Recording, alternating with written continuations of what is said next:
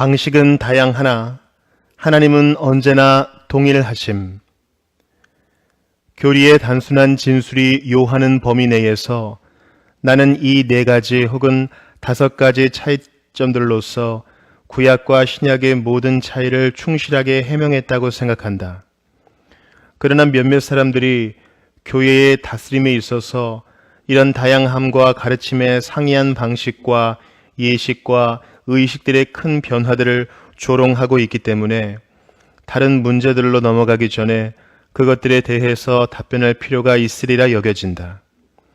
그러나 굳이 힘들게 애써서 반박하지 않아도 쉽게 물리칠 수 있으므로 이를 되도록 간결하게 다룰 수 있을 것이다.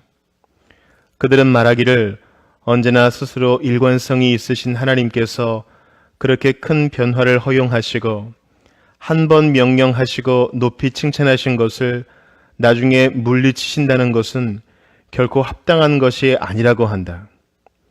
이에 대해서 나는 하나님께서 시대마다 그가 합당하게 여기시는 대로 다른 형식들을 채용하신다고 해서 그것 때문에 하나님이 가변적이시라고 생각해서는 안 된다고 답변하고자 한다.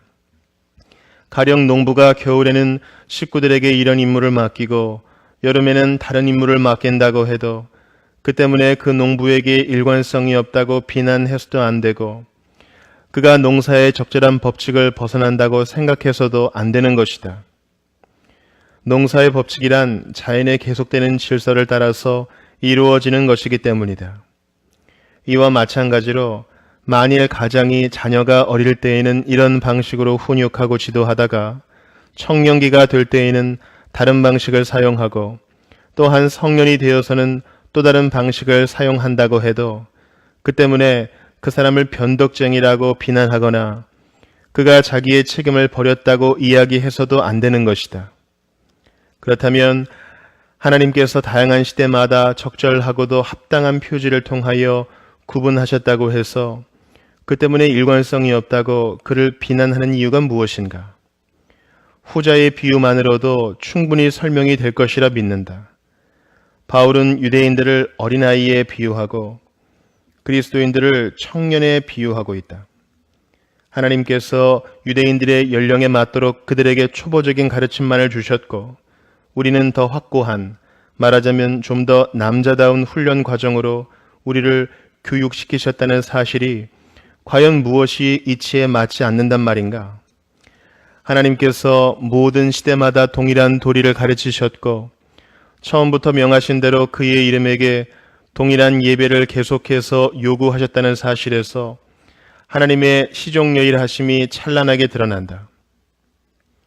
그리고 그가 외형적인 형식과 방법을 변화시키셨다는 사실이 드러나지만 그렇다고 해서 그가 가변성이 있으신 분으로 나타나는 것은 아니다. 오히려 그는 언제나 가변적이어서 항상 변화하는 사람의 역량에 자기 자신을 맞추신 것이다. 하나님께서 그의 지혜로 모든 일을 행하심. 그러나 그들은 이렇게 반문한다. 하나님께서 원하지 않으셨다면 어디서 이런 다양성이 생겨나는가? 하나님께서는 태초부터 그리스도께서 강림하신 이후처럼 그렇게 상징이 없이 분명한 말씀으로 영생을 계시하실 수도 있지 않았겠는가? 그가 처음부터 그의 백성들에게 몇 가지 분명한 성례들로 가르치시고 성령을 주시고 온 땅에 그의 은혜를 넘치게 하실 수도 있지 않았겠는가? 그러나 이는 마치 하나님께서 그가 실제로 세상을 창조하신 것보다 훨씬 더 일찍 창조하실 수도 있었는데 그렇게 하지 않으셨다고 하여 그와 쟁론을 벌이는 것과도 같고 그가 겨울과 여름, 낮과 밤이 서로 교차하도록 하셨다고 해서 그에게 이의를 제기하는 것과도 같은 것이다. 우리로서는 하나님께서 모든 일을 지혜롭고도 정의롭게 행하셨다는 사실에 대해서 의심해서는 안 될 것이다. 어째서 그렇게 하셨는지 그 이유를 알 수 없는 경우가 많지만 경건한 사람이라면 마땅히 그것을 믿어야 하는 것이다. 우리에게는 감추어져 있으나 하나님께서는 그의 계획에 대하여 합당한 이유를 갖고 계시는데 이 사실을 인정하지 않는다면 그것은 너무도 교만한 처사일 것이다. 그러나 그들은 과거에는 하나님께서 짐승을 드리는 희생 제사들과 레위 제사장직의 모든 부수적인 사항들을 기뻐하셨는데 지금은 그 모든 것들 싫어하시고 가증스럽게 여기신다는 것은 정말 이상한 일이라고 말한다. 마치 이런 덧없이 지나가고 겉모양뿐인 것들 자체가 하나님을 기쁘시게 하거나 그에게 영향을 미칠 수 있기라도 했던 것처럼 말이다. 이미 말한 바와 같이 하나님께서는 자기 자신을 위하여 이런 일들을 하신 것이 아니고 오로지 사람들을 구원하시기 위하여 그 모든 것들을 그렇게 정리해 놓으신 것이다. 만일 의사가 젊은 사람의 질병을 최선의 방법을 사용하여 치료하고 난 다음 그 사람이 늙은 후에는 다른 종류의 치료법을 사용한다면 전에 좋아하던 치료법을 거부했다고 그 의사를 비난할 수 있겠는가? 결코 그럴 수 없다. 치료를 계속하지만 나이의 요인을 고려하여 치료법을 적용시킨 것뿐인 것이다. 그러니 아직 오시지 않은 그리스도를 표현하고 선포하기 위해서 어떤 표지를 사용할 필요가 있었으나 그리스도께서 오신 다음에는 다른 표지를 사용하여 표현하는 것이 합당한 것이다. 그리스도께서 임하신 이후로 하나님의 부르심은 모든 사람들에게로 널리 확대되었고 성령의 은혜들도 그 이전보다 더 풍성하게 베풀어졌다. 그렇다면 하나님께서 자기의 뜻대로 은혜들을 자유로이 베푸시며 그가 원하시는 대로 민족들에게 빛을 비추어 주신다고 해서 누가 감히 그것을 타당하지 않다고 이야기하겠는가? 또한 하나님께서 원하시는 곳에서 그의 말씀을 전파하게 하신다고 해서 그가 원하시는 만큼 또한 그가 원하시는 방식으로 그의 교리를 발전시키고 성공하게 하신다고 해서 누가 감히 그것을 합당치 않다고 비난하겠는가? 그가 원하시는 시대에 세상의 배은망덕함 때문에 그의 이름을 아는 지식이 없도록 하시며 또한 그가 원하시는 때에 다시 그의 긍휼하심으로 그 지식을 회복시키신다고 해서 그것이 부당하다고 말할 사람이 어디 있겠는가? 그러므로 이런 반론들은 너무나도 유치한 중상모략으로서 불경건한 자들이 무지한 백성들을 속이며 그들로 하여금 하나님의 의로우심이나 성경의 신빙성을 의심하게 만들기 위해서 사용하는 것들일 뿐이라는 것이 분명히 드러나는 것이다. 그리스도께서는 중보자의 직분을 행하기 위하여 사람이 되셔야 했음. 하나님이시요 사람이신 중보자의 필요성. 자, 우리의 중보자가 되실 분이 참 하나님이시요 동시에 참 사람이시라는 것이 우리에게는 가장 중요한 문제였다. 어째서 이것이 필수적인 문제냐고 물을 사람이 있겠지만 보통 사용하는 표현을 쓰자면 그저 단순한 필연성이나 혹은 절대적인 필연성이 있었던 것은 아니다. 오히려 그것은 사람의 구원을 좌우하는 하늘의 작정에서 나온 것이다. 지극히 자비하신 우리의 아버지께서는 우리를 위해서 최선의 것을 작정하셨다. 우리의 죄악이 마치 구름처럼 우리와 하나님 사이에 잔뜩 끼어 있어서 우리를 천국에서 완전히 격리시켜 놓았으므로 하나님께 속한 자가 아니고서는 어느 누구도 평화를 회복시킬 중재자의 역할을 감당할 사람이 없었다. 아담의 자손 가운데서는 그 일을 감당할 자가 없었을까? 아니, 없었다. 그들은 모두 그 조상 아담처럼 하나님을 보기만 해도 두려움에 떨었다. 천사들 가운데는 없을까? 그들 역시 그들을 하나님께로 든든하게 전적으로 붙어있게 해줄 수 있는 머리가 필요했다. 그렇다면 어떻게 되는가? 하나님의 위엄 그 자체가 우리에게로 내려오지 않으셨더라면 상황은 절망이지 정말이지 희망이 없었을 것이다. 우리로서는 그에게로 올라갈 능력이 없었으니 말이다. 그리하여 하나님의 아들이 우리를 위하여 임마누엘, 즉 우리와 함께 계시는 하나님이 되시고 그리하여 그의 신성과 우리의 인성이 서로 연합하여 하나가 될 필요가 있었던 것이다. 그렇지 않았으면 우리가 아무리 가까워진다 해도 아무리 하나님과 친근하다 해도 하나님께서 우리와 함께 거하시기를 바랄 만큼은 가깝지 못했을 것이다. 우리의 부정함과 하나님의 완전한 순결 사이의 이질성이 그만큼 컸던 것이다.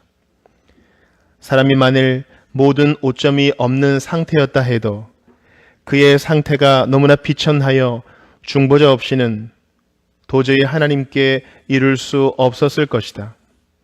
그렇다면 사람의 처지는 어떠했는가? 자신의 치명적인 타락의 상태에서 죽음과 지옥 속으로 떨어지고 온갖 오점으로 더러워져 있고 자신의 부패함으로 얼룩져 있고 모든 저주들로 인하여 완전히 압도되어 있는 처지였다. 그러므로 바울이 중보자를 묘사하면서 그분이 사람이시라는 사실을 명확하게 제시하고 있는 것도 충분한 이유가 있는 것이다. 하나님과 사람 사이의 중보자도 한 분이시니 곧 사람이신 그리스도 예수라. 디모데전서 2장 5절. 그리스도 예수를 가리켜 하나님이라고 말할 수도 있겠고 하나님이란 단어를 생략했듯이 사람이라는 단어도 생략할 수 있었을 것이다. 그러나 바울의 입을 통해서 말씀하시는 성령께서는 우리의 연약함을 알고 계셨으므로 가장 적절한 순간에 가장 적절한 표현을 사용하셔서 우리의 연약함을 도우셨다.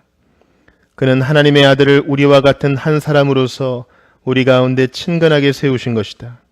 그러므로 어디서 중보자를 찾아야 하며 어떤 경로로 그에게 나아가야 하는지에 대해서 사람이 혼란을 겪지 않도록 하시기 위해서 성령께서는 그를 사람이라 부르시고 그리하여 그가 우리 가까이 계시다는 것을 사실 그가 우리와 같은 육체를 지니고 계시므로 그가 우리를 만지신다는 것을 우리에게 가르치시는 것이다. 다른 곳에서는 성령께서 이와 동일한 사실을 훨씬 더 상세하게 설명하신다. 우리에게 있는 대제사장은 우리의 연약함을 동정하지 못하실 리가 아니요 모든 일에 우리와 똑같이 시험을 받으신 이로되 죄는 없으시니라. 히브리서 4장 15절. 중보자의 자격 요건. 그 중보자가 이루실 일이 결코 범상한 일이 아니었다는 점을 생각하면 이 사실이 더욱 분명해질 것이다. 그의 사명은 우리를 하나님의 은혜에게로 회복시키셔서 사람의 자녀들인 우리를 하나님의 자녀로 만드는 것이었고 게헨나의 상속자들을 천국의 상속자들로 만드는 것이었다.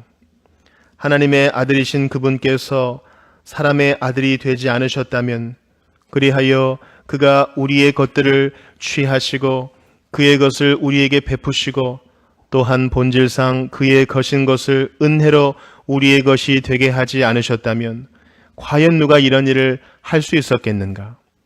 그러므로 우리는 이러한 보증에 의지하여 우리가 하나님의 자녀들임을 신뢰하는 것이다.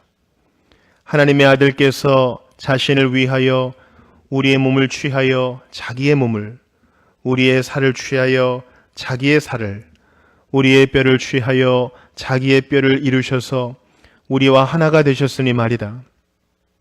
그는 기꺼이 우리의 본성을 스스로 취하시고 그의 것을 우리에게 베푸셨으며 하나님의 아들이시며 동시에 우리와 동일하신 사람의 아들이 되신 것이다.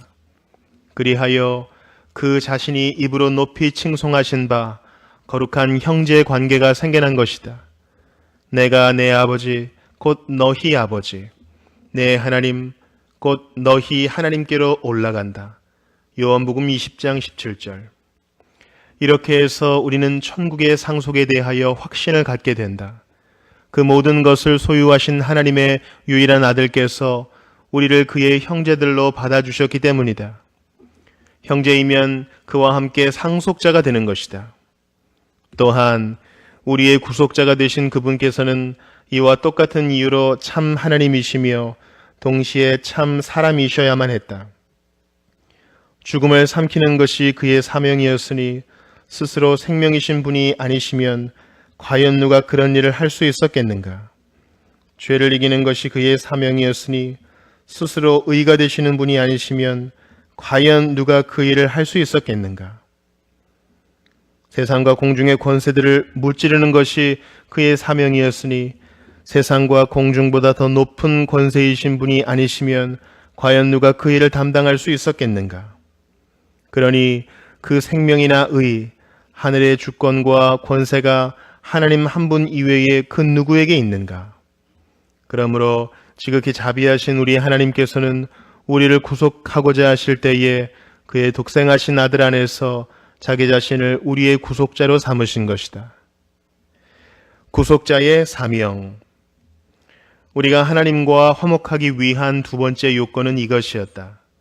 곧 사람이 불순종으로 인하여 잃어버린 상태가 되었으므로 순종으로 그것을 시정하고 하나님의 심판을 만족시키고 죄에 대하여 형벌을 치러야 한다는 것이 그것이었다.